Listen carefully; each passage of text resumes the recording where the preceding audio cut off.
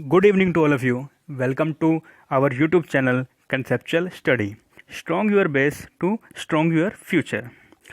तो आइए आज हम शुरू करते हैं अपने 20 MCQs जो कि बहुत बहुत इम्पोर्टेंट हैं और हमने इसमें से ऐसे MCQs चूज़ करे हैं जो प्रीवियस ईयर्स में भी आए हुए हैं और जो बहुत इम्पोर्टेंट MCQs हैं। तो चलिए शुरू करते हैं आज ये MCQs की पहली सीरीज़ जिसमें हम टीचिंग एप्टीट्यूड के 20 क्वेश्चंस डिस्कस करेंगे। तो चलिए शुरू करते हैं। पहला question, which of the following teacher can be identified with the authoritarian teaching style. कौन सा ऐसा टीचिंग स्टाइल है जो टीचर आइडेंटिफाई करता है ऑथोरिटेरियन टीचिंग स्टाइल में। तो इसका जो आंसर है वो है डायरेक्ट इंस्ट्रक्शन टीचर। क्यों? क्योंकि जो हम लोग जब टीचर होता है जो वो डायरेक्ट इंस्ट्रक्टर होता है किसी भी स्टूडेंट का, वो डायरेक्टली बात करता है। इस हिसाब से जो भी डेमोक्रेटिक है वो सब कुछ इधर उधर मतलब हर एक से बातचीत करता है। इनडायरेक्ट में वो कॉल्स के थ्रू कह लो या लेजिस्लेचर में कहीं से ही फैला हो भी कोई भी किसी स्टेप से भी बात कर सकता है। डेमोक्रेटिक में होता है हम लोग बात करते हैं अभी डेमोक्रेसी होती है भी टीचर सेंटर्ड एक तरीके का होता है। तो जो इनडायरेक्ट हमारा इंस्ट्रक्शन टीचर है वो इस तरह का टीचिंग स्टाइल अपनाता है। ठीक है, तो चलिए नेक्स्ट क्वेश्चन पे शुरू करते हैं। What should a teacher do if a student is unable to answer questions in class. अब देखिए, अब इसमें कहता है भी जो टीचर है वो क्या करेगा अगर स्टूडेंट अनेबल है भी वो क्वेश्चन का नहीं दे पा रहा आंसर। ठीक है, क्लास में वो कई बार होते हैं कुछ स्टूडेंट्स जो होते हैं वो मतलब इंटेलिजेंट होते हैं, कुछ जो होते हैं वो थोड़े से कम लर्निंग पावर वाले स्टूडेंट्स होते हैं। ठीक है, तो इस टाइम पे वो क्या करेगा? क्या वो एडवाइस करेगा स्टडी प्रॉपर करने को? तो स्टडी तो चलो ठीक है वो कह सकते हैं मगर वो सुटेबल आंसर नहीं है। क्या वो पनिश करेगा? पनिश तो बिल्कुल भी नहीं कर सकता क्योंकि पनिश तो आज के टाइम पे क्राइम है। स्कोल्ड भी वही क्राइम है। तो अब ये क्या कहता है, try to understand why he was unable to answer. ये बिल्कुल करेक्ट आंसर है। क्यों? क्योंकि ये आपको कह रहे हैं कि आप अगर एज ए टीचर हो तो आप स्टूडेंट को समझो कि वो आंसर क्यों नहीं दे पा रहा। क्या पता उसको कुछ प्रॉब्लम हो, उसको कुछ समझ में ना आ रहा हो, कुछ उसकी फैमिली प्रॉब्लम है, वो साइकोलॉजिकल थोड़ा डिस्टर्ब चल रहा हो। ठीक है, तो ये सब सारी की सारी चीज़ें बहुत इफ़ेक्ट करती हैं एक क्लास में। अगर कोई भी स्टूडेंट आंसर नहीं दे पा रहा है उस क्वेश्चन को, तो टीचर को बहुत ध्यान से उससे बात करनी चाहिए कि भी आप क्यों आंसर नहीं दे पा रहे, क्या प्रॉब्लम है, वो सारे का सारा डिस्कस करके उसको समझाना चाहिए और उसको एक अच्छी गाइडलाइंस देनी चाहिए। चलिए थर्ड क्वेश्चन में चलते हैं। कहते हैं man is born free but everywhere he is in chains. ये स्टेटमेंट है एक।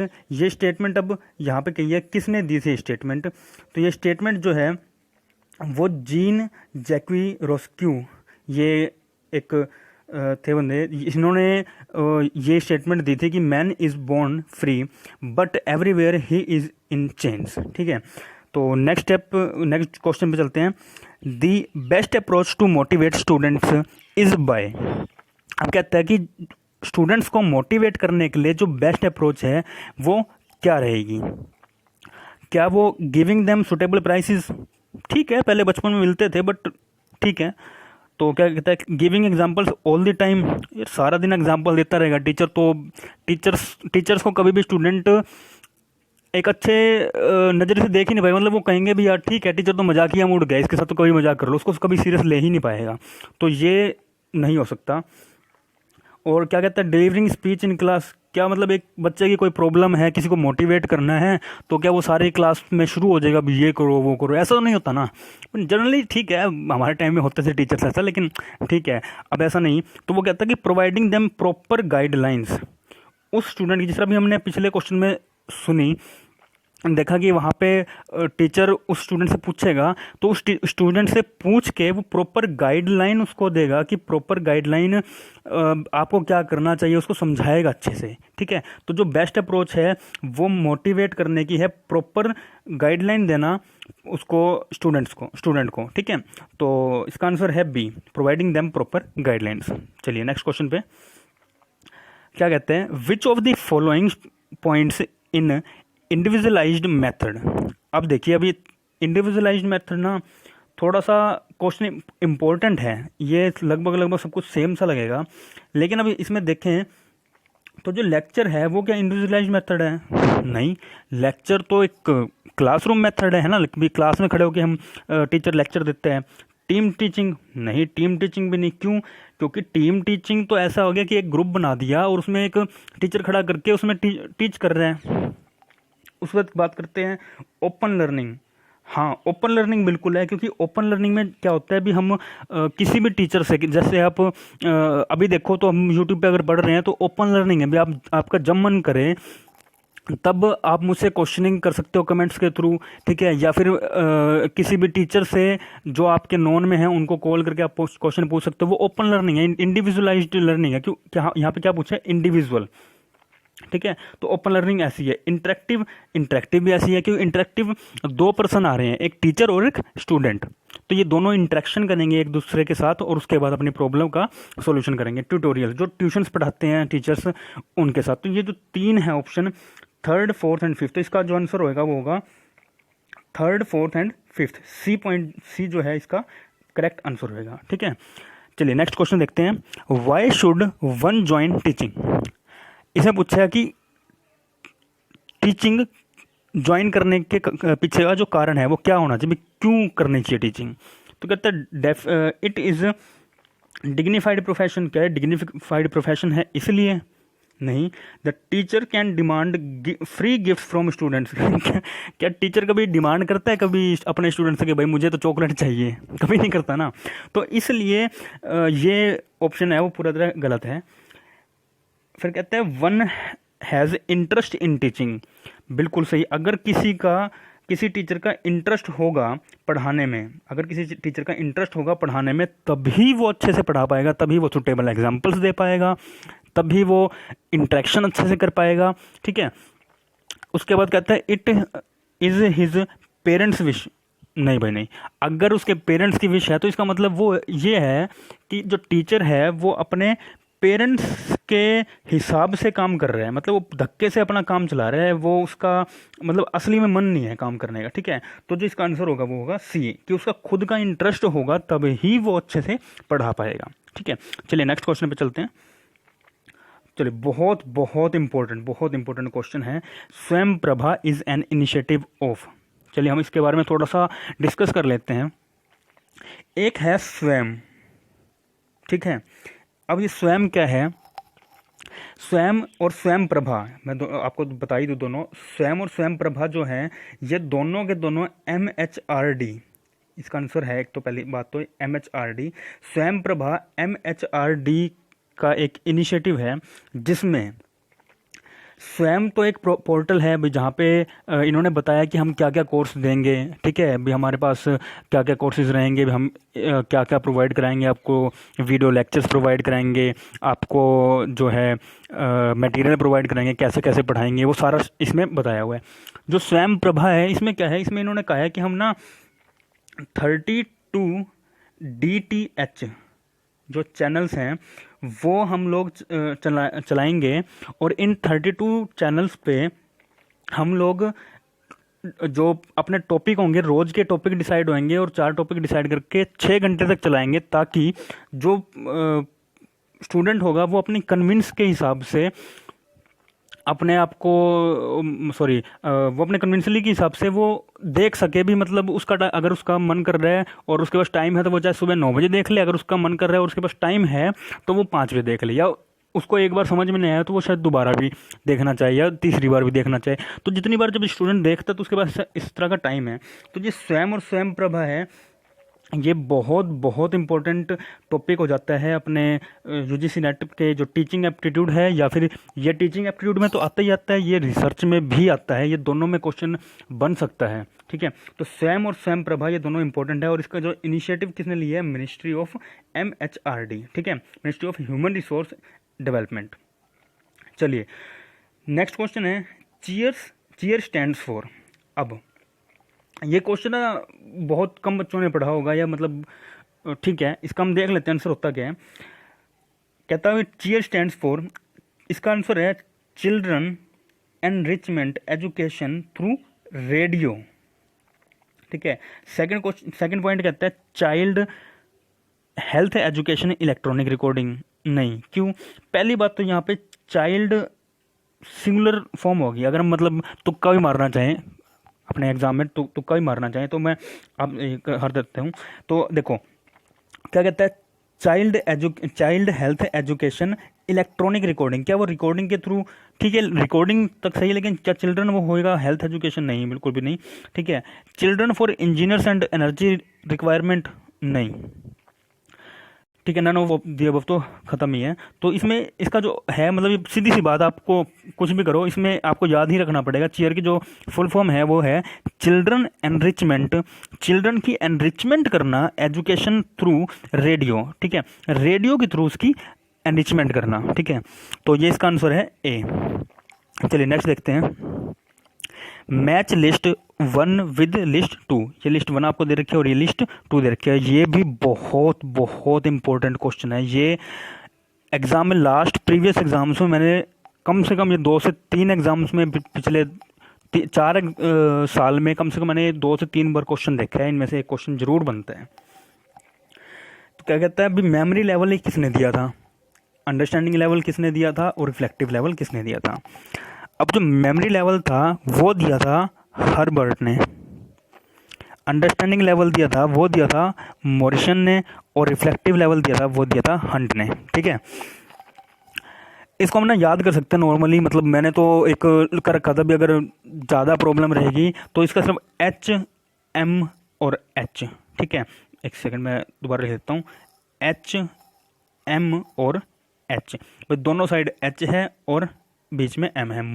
पहले हर्बर्ट आएगा, पहले बड़ा आएगा एच, फिर छोटा एच आएगा। हर्बर्ट आएगा, फिर लास्ट में छोटा एच आएगा, बीच में मॉरिसन तो है ही है। ठीक है तो इसका जो आंसर रहेगा वो क्या रहेगा, ए का फर्स्ट, बी का सेकंड एंड सी का थर्ड, मतलब ए।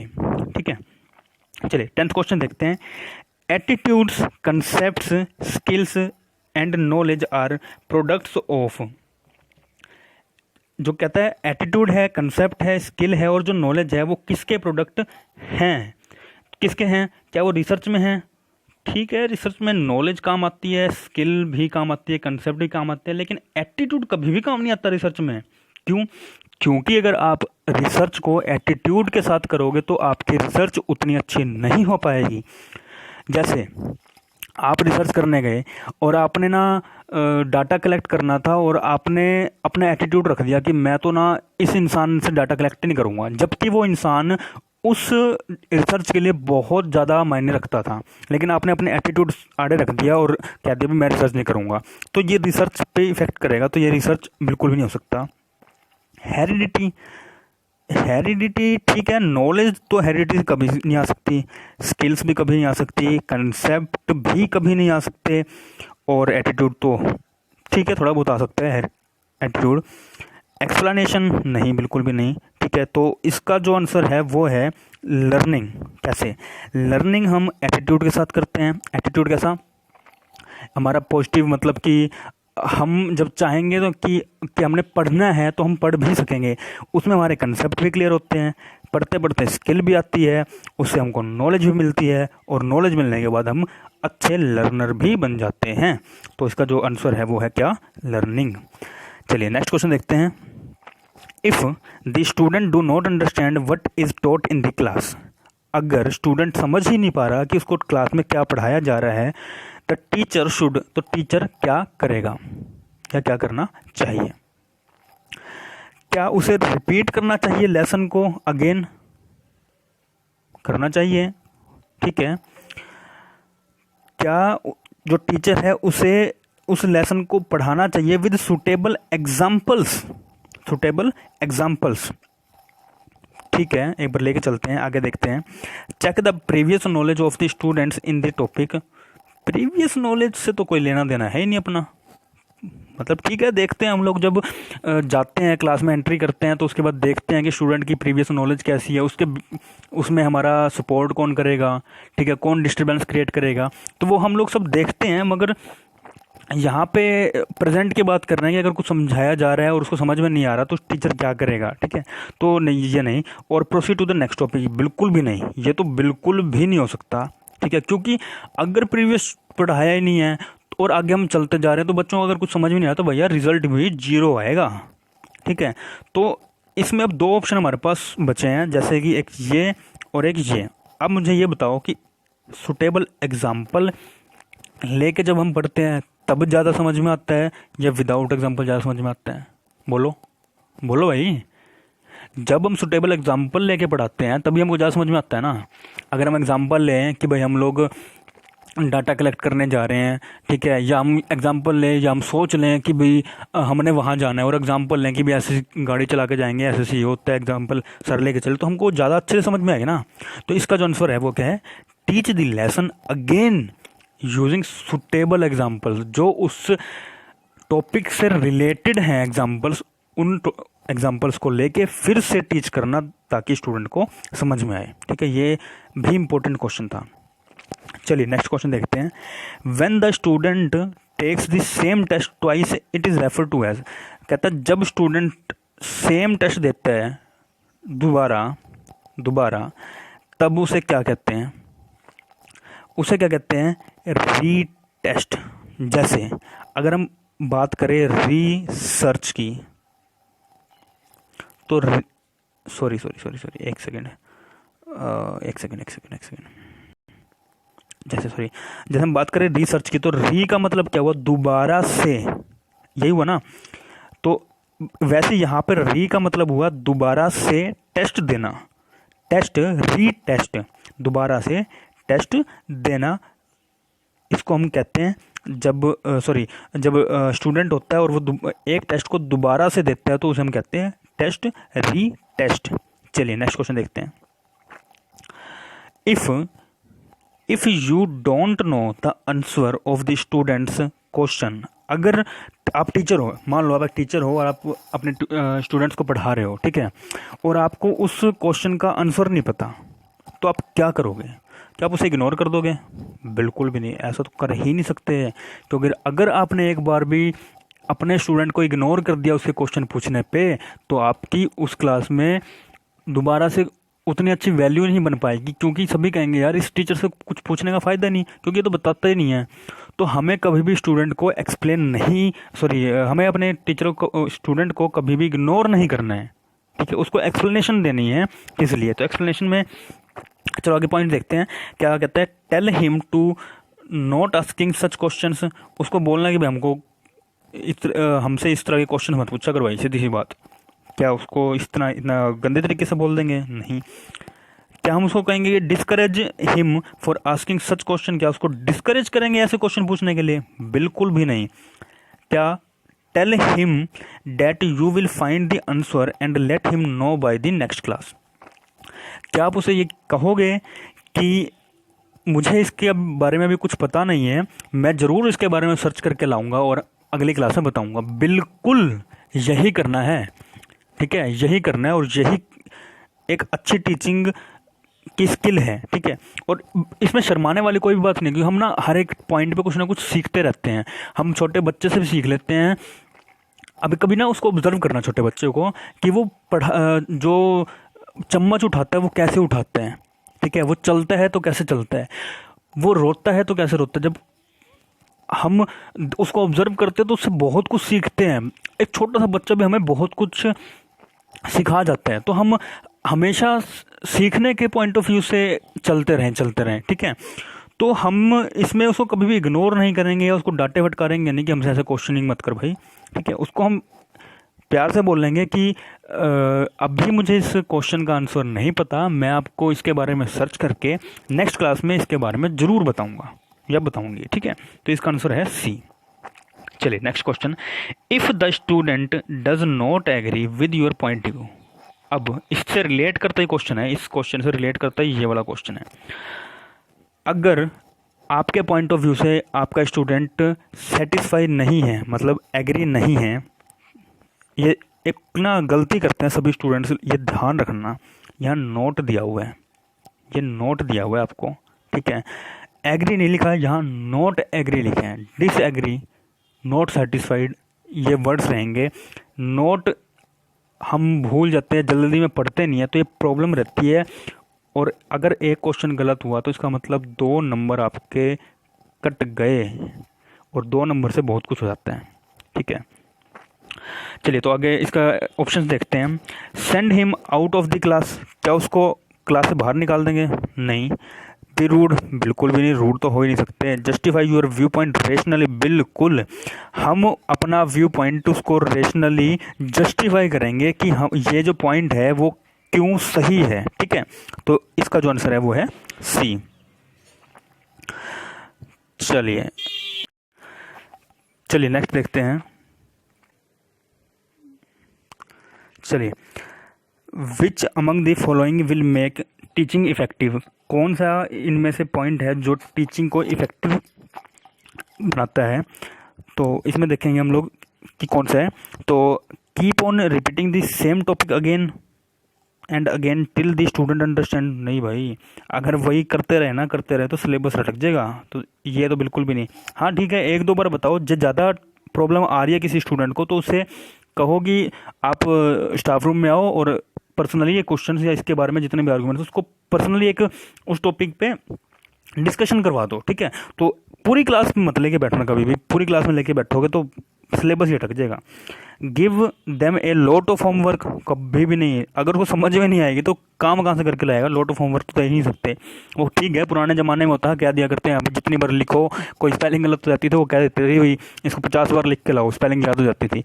लेकिन उससे ना मेंटल प्रेशर हो जाता है, तो वो टीचर से कभी भी इंटरेक्ट नहीं कर पाता और क्वेश्चन नहीं पूछ पाता, तो ये प्रॉब्लम रहती है।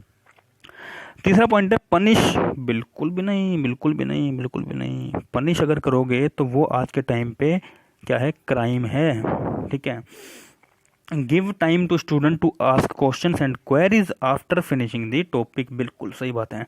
अगर आप उसको टॉपिक खत्म होने के बाद स्टूडेंट्स को टाइम दोगे कि वो आप क्वेरीज ले पाए, तो वो ही आपकी इफेक्टिव टीचिंग रहेगी। ठीक है, तो इसका आंसर है D. 16th, there is shift in teaching paradigm from dash to dash, बहुत इंपॉर्टेंट क्वेश्चन है ये भी। ये प्रीवियस ईयर में 2 बार कम से कम क्वेश्चन आया हुआ है पिछले 3 से 4 सालों में। इसका मतलब सिंपल सा जवाब है, इसमें क्या एक्सप्लेन करने वाली बात है, लेकिन फिर भी मैं बता देता हूँ। पहले जो प्रीवियस ट्रेडिशनल टीचिंग थी उसमें लोग क्या करते थे कि आप टीचर सेंटर में होता था, टीचर ही क्लास लेता, जैसे हमने स्कूल में पढ़ा होगा तो टीचर सब कुछ कराता था, टीचर ही हमें गाइड करता था, सब कुछ टीचर था। लेकिन आज के टाइम पे जो शिफ्ट हुआ है ट्रेडिशनल से मॉडर्न पे जब हम आए हैं, तब टीचर सेंटर से हम लोग लर्नर सेंटर पे आए हैं। कहाँ से कहाँ पे?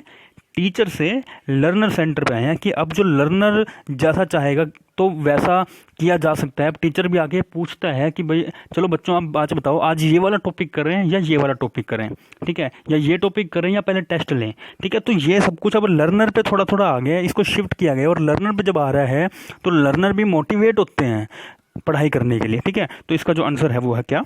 डी। चलिए नेक्स्ट क्वेश्चन देखते हैं। Which of the sets of activities best indicate the cyclic nature of action research strategy? Most important question है, most important। मैं इसको पिछले 4 साल में 3 बार क्वेश्चन देख चुका हूँ। 2 बार आया था ये टीचिंग में और 1 बार आया था ये रिसर्च में। ठीक है, तो आगे देखते हैं। इसमें कहता गया है क्या हम पहले ऑब्जर्व करते हैं फिर एक्ट करते हैं फिर रिफ्लेक्ट फिर प्लान? कभी भी नहीं। मैनेजमेंट पढ़ी होगी, पहले प्लानिंग करते हैं भाई। चलिए नेक्स्ट ऑप्शन देखते हैं। Act, plan, observe and reflect. Act बिल्कुल भी नहीं, अभी मैंने बताया कि पहले प्लानिंग करते हैं, तो ये भी ऑप्शन गलत है। सी, रिफ्लेक्ट, फिर वही चीज़, प्लान करते हैं, मैं कह ही रहा हूँ प्लान करते हैं, तो पहला प्लान देखो सब में आ गया, हमने कोई ऑप्शन देखे ही नहीं, तो पहले प्लान आ गया फिर एक्ट करते हैं, पहले प्लानिंग करते हैं फिर एक्ट करते हैं फिर ऑब्जर्व करते हैं फिर रिफ्लेक्ट करते हैं। इसको एग्जाम्पल से समझाता हूँ आपको। जैसे मैनेजमेंट में अपने क्या होते हैं उसके essential? Planning, organising, staffing, directing and controlling. ठीक है, तो प्लान पहले किया, फिर उसको इम्प्लीमेंट करते हैं, मतलब एक्शन में लाते हैं हम उस सारी चीज़ों को। फिर हम सबसे एंड पॉइंट पे चले जाओ, ये हम एक्शन में अभी चल रहे हैं, उसके बाद एंड पॉइंट पे चले जाओ कंट्रोलिंग। जो कंट्रोलिंग होता है उसमें ऑब्जर्व करते हैं ना, जो हमने प्री प्लान्ड किया था और जो हमारा एग्जीक्यूट हुआ है उन दोनों में कंपैरिजन करते हैं ना। उन दोनों में जब कंपैरिजन करते हैं उससे हम इन्फ्रेंस निकालते हैं कि डिफरेंस कितना आया है, नेगेटिव में आया है, पॉजिटिव में आया है, क्यों आया है, ठीक है। ये सब कुछ निकालते हैं। अगर वो क्यों आया है, उन क्यों का आंसर करने के लिए हम लोग रिफ्लेक्ट करते हैं। तो ये हम मैनेजमेंट के एग्जाम्पल से समझ सकते हैं। इसका आंसर है डी, ठीक है। Next question, which of the following domain is related to intellectual skill. Intellectual skill, हमारे इंटेलेक्चुअल स्किल कोग्निटिव में हम देखते हैं अपना इंटेलेक्चुअल स्किल, इसका आंसर ही है कोग्निटिव। साइकोमोटर में हम देखते हैं हमारे जो माइंड वगैरह के होते हैं ना, अभी माइंड में या हमारी बॉडी लैंग्वेज वगैरह कैसी है। अफेक्टिव में हम लोग देखते हैं कि हमारा जो मोटिवेशन का है या हमारे जो फीलिंग्स है वो सब कुछ हम लोग अफेक्टिव में देखते हैं। तो इसका जो आंसर है वो है A. Next question, in his free time teacher should. Teacher बस फ्री टाइम है, अब उसके पास लेक्चर नहीं है या उसने अपने लेक्चर ले लिए, अब उसको क्या करना चाहिए? क्या वो स्टाफ रूम में जाके रेस्ट करेगा, भाई अपना घोड़े बेच के सो जाएगा, ऐसा करेगा? बिल्कुल भी नहीं करेगा। क्या टीचर स्टूडेंट के साथ बातें करने लग जाएगा, हाँ भाई मैंने ये किया, मेरी ज़िंदगी में ये एक्सपीरियंस सुनाएगा? कभी भी नहीं। टीचर स्टूडेंट के साथ बहुत ज़्यादा फ्रैंक हो गया ना, वो भी प्रॉब्लम है। तो स्टूडेंट्स दिक्कत कर जाएंगे फिर आपके लिए थोड़े टाइम बाद, ठीक है। क्या एडमिनिस्ट्रेटिव में हेल्प करेगा? बिल्कुल भी नहीं करेगा। क्यों? ठीक है, थोड़ा बहुत प्रिंसिपल ने कह दिया, थोड़ा बहुत करेगा, बट उसका मेन जो काम है वो क्या है? टीचिंग करना।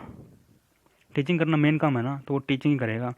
तो अब वो टीचिंग के लिए उसके पास सारा मटेरियल भी होना चाहिए, तो वो टीचिंग के लिए फिर रिसर्च भी करेगा। तो जब आराम से बेला बैठा होगा, जब बिल्कुल फ्री बैठा होगा, तो वो रिसर्च करेगा ताकि वो अपने स्टूडेंट्स को बढ़िया बढ़िया चीज़ें बता सके, ठीक है। तो इसका आंसर क्या है? Do research. चलिए लास्ट क्वेश्चन देखते हैं आज की वीडियो का। From the following list of statement select those which indicate the characteristics and basic requirements of teaching, ठीक है। अब ये कहता है लिस्ट दे रखी स्टेटमेंट, इसमें सेलेक्ट करने हैं अपने को और इंडिकेट करने हैं कैरेक्टरिस्टिक और जो बेसिक रिक्वायरमेंट है वो टीचिंग की वो। चलिए देखते हैं। टीचिंग इम्प्लाइज कम्युनिकेशन, बिल्कुल कम्युनिकेशन होती है। Teaching is like selling goods, बिल्कुल भी नहीं होती। क्या टीचर क्लास में आता है वो पेन बेचता है? कभी नहीं करता। लाइक भी कहा है तो भी नहीं करता, क्योंकि वो बेचता नहीं है, वो पढ़ाता है, वो आपको टीच करता है, वो आपको अच्छी गाइडलाइंस देता है ताकि आपका फ्यूचर सिक्योर हो सके। तो ये नहीं होगा। Teaching means managing and monitoring, बिल्कुल ठीक, मैनेज भी करता है और मॉनिटरिंग भी करता है। टीचिंग इम्प्लाइज इन्फ्लुएंसिंग अदर्स, क्या जो टीचिंग होती है वो इन्फ्लुएंस करता है अदर्स को? बिल्कुल करता है, क्योंकि टीचिंग का जो असली मकसद है वही ये है कि आप स्टूडेंट को या प्यूपिल के बिहेवियर में चेंजेस लाना, ठीक है। वो चेंजेस लाना, उसको अच्छे एक लेवल तक पहुंचाना, वो उसका एक जो क्या नाम है टीचिंग का पॉइंट होता है। तो वो करता है, इन्फ्लुएंस करता है अदर को। टीचिंग रिक्वायर्स कन्विंसिंग अदर, बिल्कुल नहीं, कन्विंस नहीं करता वो किसी को भी, वो इन्फ्लुएंस करता है, कन्विंस नहीं करता।